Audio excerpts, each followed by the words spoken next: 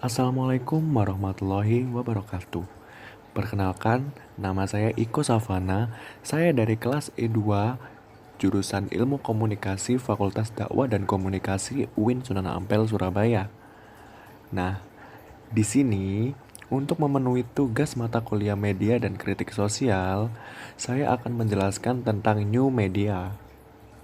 Nah, di dalamnya akan dijelaskan pula definisi, kekuatan, pemanfaatan, dan pengaruh new media. Yang pertama ada definisi new media. Apa sih itu new media? New media adalah media yang semua sudah dipengaruhi oleh teknologi. Di era informasi ini, media sudah menyediakan platform langsung, informatif, cerdas, dan interaktif untuk menghasilkan ruang diskusi. Sebagian besar teknologi yang dideskripsikan sebagai new media bersifat digital dan seringkali memiliki karakteristik yang dapat terhubung ke jaringan, dapat dikompres, interaktif, dan tidak memihak. Berikut merupakan pengertian new media dari beberapa ahli.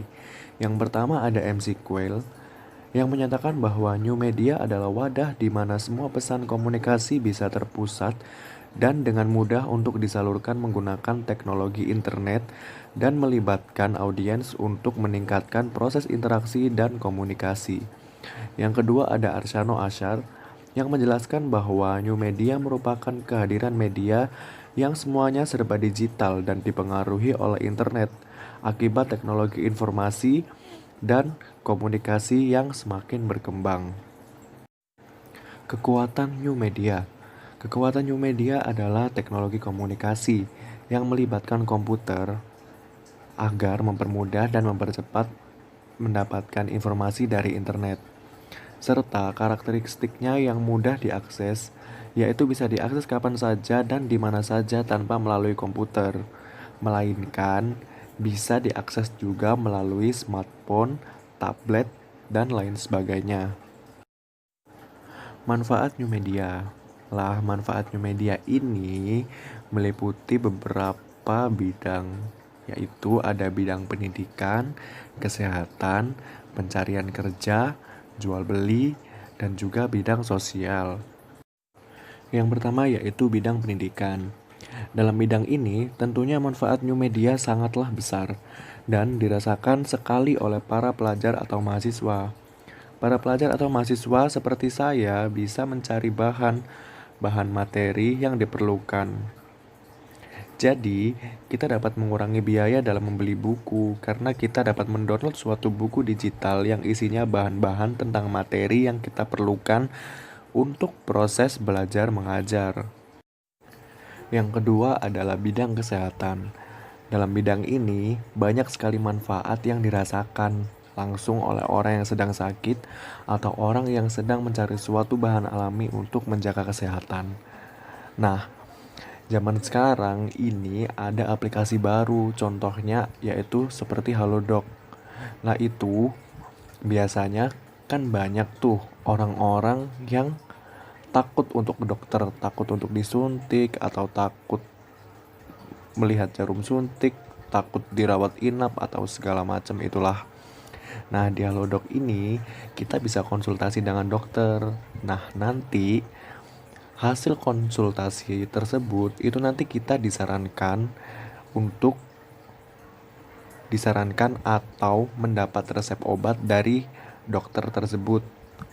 Nah, jadi kita tidak perlu untuk ke rumah sakit terlebih dahulu dan konsultasi ke dokter secara langsung.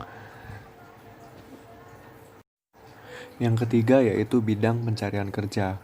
Dalam bidang ini tentunya sangat berguna untuk orang-orang yang ingin mencari pekerjaan, karena lewat new media, orang bisa mengetahui lowongan pekerjaan tanpa harus membeli koran atau keliling ke tempat-tempat perusahaan.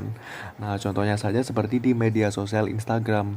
Di situ biasanya ada akun yang khusus untuk menyebarkan informasi tentang mana saja sih perusahaan yang sedang membutuhkan karyawan. Nah, di situ bagi para pencari kerja bisa tuh mencari informasi di akun tersebut. Yang keempat ada bidang jual beli. Bidang ini juga adalah bidang yang banyak sekali diakses oleh orang-orang. Manfaatnya dapat dirasakan pembeli cukup dengan melihat gambar atau foto barang, lalu melihat kode barang dan membuat pesanan di website tersebut yang isinya adalah nama, nomor rekening, kode barang, dan juga kode pos. Jadi tidak perlu datang ke store-store yang menjual barang tersebut. Jadi intinya seperti lebih mudah. Jadi kita pesan di rumah, lalu barang akan diantar di rumah. Yang kelima ada bidang sosial.